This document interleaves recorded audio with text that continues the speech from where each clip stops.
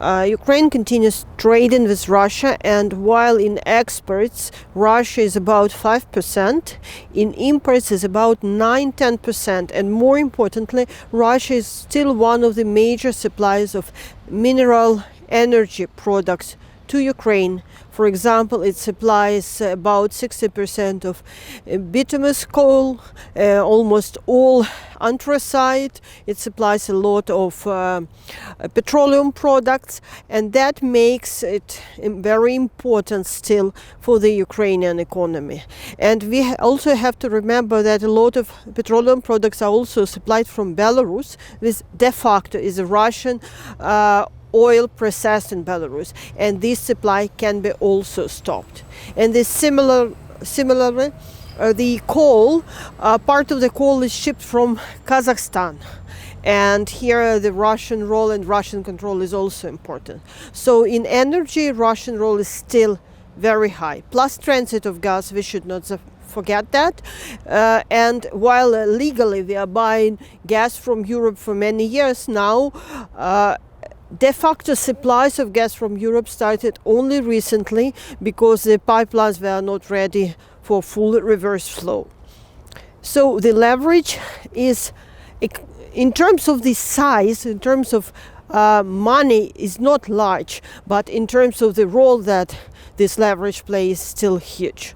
The Russian leverage is one part, but in principle the military threat that aggravated recently plays an important role for wider economic development, because it deters investments, and not only foreign investments, also domestic investments, because if you are not sure about how to get profit in 5-10 years, if you are not sure what will happen in a couple months, most likely you will not invest. And that makes much slower economic development for the country. Already the share of investment in GDP is about 10%, slightly more, which is very low for the economy that needs boom in development. So these uncertainty plays a bad role, but it is not in use for Ukraine. Ukraine is in a world war with Russia basically since 2014. Then Crimea was occupied, and parts of Donetsk and Lugansk Oblast were occupied. So if we look at the structure of investments, you see that the new factories tend to be built far away from the territories under occupation. You see very slow development of investments. Recently we see some developments due to the construction of roads, but roads are important but not only needed investment in the country, and we need much more development of factories, etc.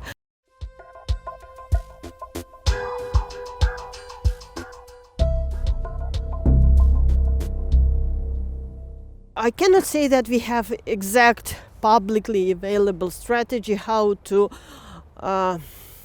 develop if Russia attacks. At least I do not know that. But if you look at the strategic documents that Ukraine has, Ukraine says that it wants reforms, it wants to improve its investment climate, and want to develop digitally with a high focus on IT sector, and it's developing fast. And the government wants also to ensure energy diversification, energy efficiency, and recently Ukraine said that it wants to be fully in line with EU Green Deal, which means climate neutral Europe by 2050, and for Ukraine it will be a very big challenge in the energy sphere. But if it happens, if Ukraine will be successful here, it will allow increasing resilience. Also, definitely we can talk about development of other sectors. Ukraine is now very keen of developing its foreign trade, stimulating exports. Ukraine just a couple days ago signed a free trade agreement with Turkey, one of our largest partners with which we negotiated almost 15 years. Finally, we did it, and the government already announced that several more FTAs are in pipeline. Plus, they want to develop strongly export credit agency because it's clear that domestic market cannot support like accelerating growth, while global market is huge and important. Plus, we are developing our land market. Finally, moratorium on agricultural land was removed. Partially, we still have like process in motion, but at least it started, and we already see that even before moratorium was released, the agriculture and food sector became very important part of the Ukrainian economy. Banking sector remains resilient, which is great, and it showed that the reforms were very successful, because it's the only crisis, at least the 2020 and COVID was the only crisis that we went through without the crisis in the banking sector.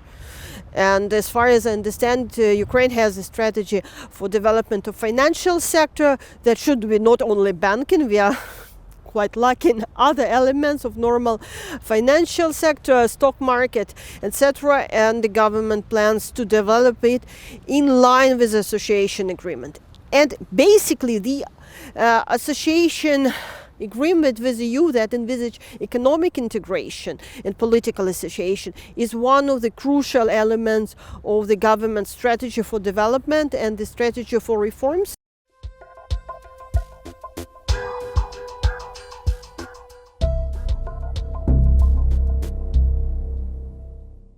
First, I have to say that I'm very thankful for what is already done. I think that the strategy should remain multiple as it is now. Definitely this is political support. Definitely is the security and military assistance and support what is happening. I think that given weapon to defend is important like signal that the country will fight. I'm very grateful for European Union for MFA, for macrofinancial assistance, because the macroeconomic stability is important, and given all these escalation talks, at least, Ukraine as a government is unlikely to be able to access foreign markets to finance its deficit, so the international assistance is important here. But I would think about two more elements. First one is something like the guarantee fund or guarantee platform for private investors who would like to enter Ukraine now. There are such schemes in the world. What is important is to send a message that if private investors are coming now, they will get much better support than these regular schemes. Ideally, it should be a multi-donor fund. And definitely that should be also coordinated with the Ukrainian government so that they will be ready to support these investors. But in principle, the legislative framework is here, and in principle there are some ongoing negotiation on investments. So some boom that would bring foreign investors here will help. One more thing is energy. I think it's very important to watch this Nord Stream 2, because from my conviction it's not only economic, it's political project, but also thinking about maybe some further developments of supply of gas, coal to Ukraine, in case if the supply of these energy products from Russia and Belarus will be stopped. It can be stopped suddenly. Maybe faster integration with European electricity grid, which is in pipeline, but it is planned for 2023, and Ukraine still has to work 1 year autonomously before it can happen. But with linkages with Belarus and Russia, and then stops of energy supplies, we might appear in the shock, and it would be important to think how to support that. Also, it's semi-economic, semi-security issue. It's very important to be sure that Ukraine has a free access to the sea from its Black Sea ports. because it's one of the sensitive areas. Ukraine exports most of its products by sea, and if it's stopped or disrupted, it will be very painful for Ukraine. Though we have to understand that in some cases it can be also painful for the world, because Ukraine is number 2 supplier of cereals in the world after US. And that should be taken into account, especially in our COVID or post-COVID, I don't know, times. Then the global food market is under stress. And definitely escalation around Ukraine is just adding to the global uncertainty and food security products in the world.